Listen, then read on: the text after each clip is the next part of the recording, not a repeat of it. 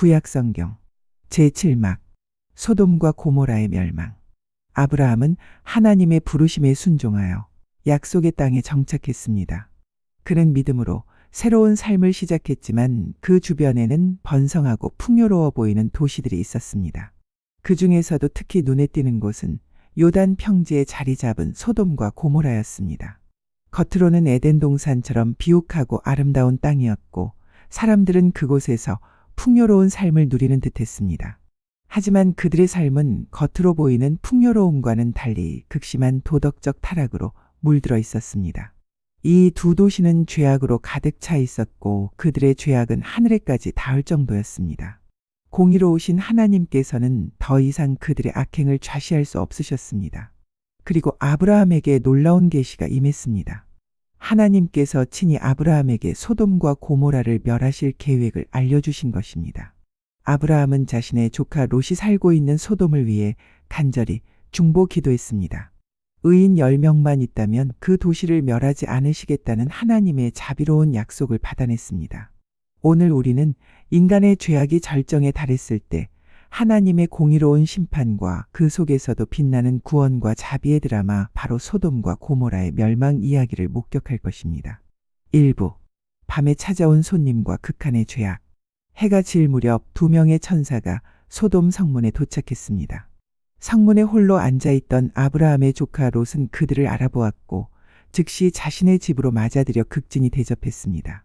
그는 타락한 도시 속에서도 여전히 나그네를 환대하는 마음을 잃지 않았습니다.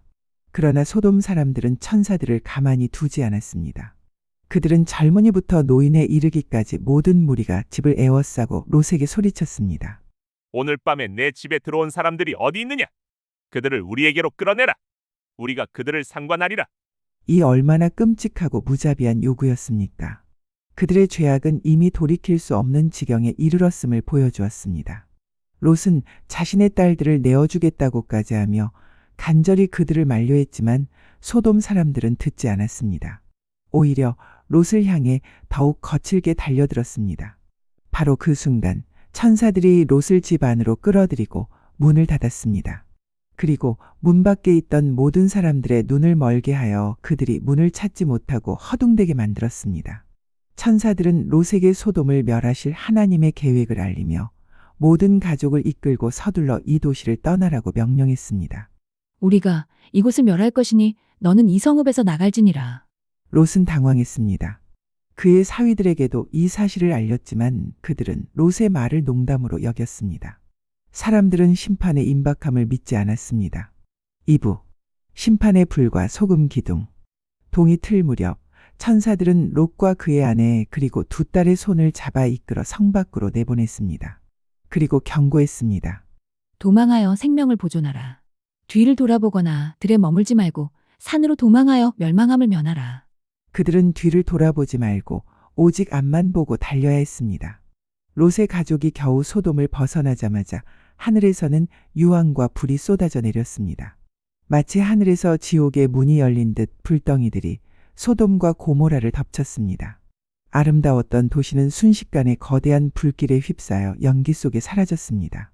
죄악으로 가득 찼던 두 도시는 하나님의 공의로운 심판 아래 흔적도 없이 사라져 버린 것입니다. 하지만 그 순간 롯의 뒤를 따르던 아내는 천사의 경고를 잊고 뒤를 돌아보았습니다. 미련이었을까요? 아니면 멸망하는 도시에 대한 단순한 호기심이었을까요? 그녀의 몸은 그 즉시 소금 기둥으로 변해버렸습니다. 하나님의 명령을 거역한 작은 불순종이 불러온 비극적인 결과였습니다. 아브라함은 아침 일찍 일어나 소돔과 고모라가 있던 곳을 바라보았습니다. 온 땅에서 솟아오르는 연기가 마치 가마의 연기 같았습니다. 그는 하나님의 공의로운 심판을 목도했고 동시에 자신의 중보 기도에도 불구하고 10명의 의인조차 찾을 수 없었던 소돔의 극심한 죄악에 대해 깊이 탄식했습니다. 소돔과 고모라의 멸망은 우리에게 강력한 메시지를 던집니다. 그것은 하나님의 공의로운 심판이 얼마나 준엄한지 그리고 죄악의 결과가 얼마나 참혹한지를 분명히 보여줍니다. 죄를 방치하고 하나님의 뜻을 거역하며 타락한 삶을 이어갈 때 어떤 결말이 기다리는지 알려줍니다. 우리는 소돔과 고모라의 이야기가 단지 고대 도시에 대한 기록이 아님을 기억해야 합니다. 오늘날 우리의 삶과 사회는 과연 그들과 얼마나 다를까요? 물질적인 풍요 속에서 영적인 가치를 잃어버리고 도덕적인 기준이 무너져 내리는 이 시대에 이 이야기는 우리에게 깊은 회개와 경각심을 요구합니다.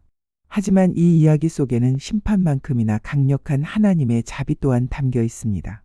의인 10명이 있다면 멸하지 않으시겠다는 약속, 그리고 롯과 그의 가족들을 구원하신 하나님의 은혜는 아무리 극악무도한 죄악 속에서도 구원의 길은 열려 있음을 보여줍니다. 하나님은 심판 중에도 자비를 잊지 않으시고 회개하고 돌이키는 자에게는 언제나 구원의 손길을 내미시는 분이십니다. 소돔과 고모라의 멸망은 우리에게 죄를 멀리하고 의를 추구하며 하나님의 경고에 귀 기울이고 그분의 자비에 감사하며 살아갈 것을 촉구합니다. 우리가 하나님의 공의와 자비를 깨닫고 더 나은 삶을 선택할 때 진정한 구원과 희망을 발견할 수 있을 것입니다. 지금 우리가 살고 있는 이 시대는 어떤가요?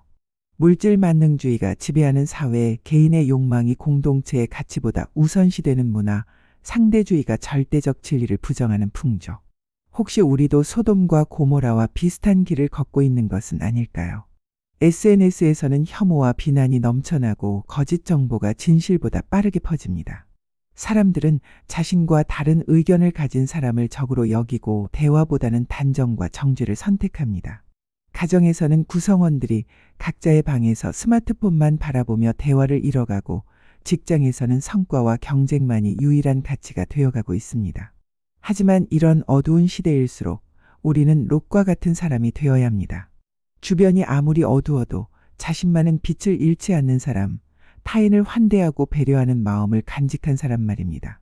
한 사람의 작은 선행이 세상을 바꿀 수 있습니다. 한 사람의 따뜻한 말 한마디가 절망에 빠진 누군가에게 희망을 줄 수 있습니다. 한 사람의 정직함이 부패한 조직의 변화를 가져올 수 있습니다. 아브라함의 기도를 이어가자. 아브라함은 소돔을 위해 간절히 기도했습니다. 오늘 우리도 우리의 가정과 사회 그리고 이 시대를 위해 기도해야 합니다. 하나님, 이 땅에 의인 10명이라도 있다면 이 사회를 포기하지 마소서. 저희가 그 10명 중 하나가 되게 하소서. 롯의 아내는 뒤를 돌아봤다가 소금 기둥이 되었습니다. 과거에 대한 미련, 세상에 대한 애착이 그녀를 망하게 한 것입니다. 우리도 마찬가지입니다. 과거의 성공에 안주하거나 잘못된 관습에 얽매이거나 물질적 풍요에만 집착한다면 우리도 롯의 아내와 같은 운명을 맞을 수 있습니다. 앞만 보고 나아가야 합니다.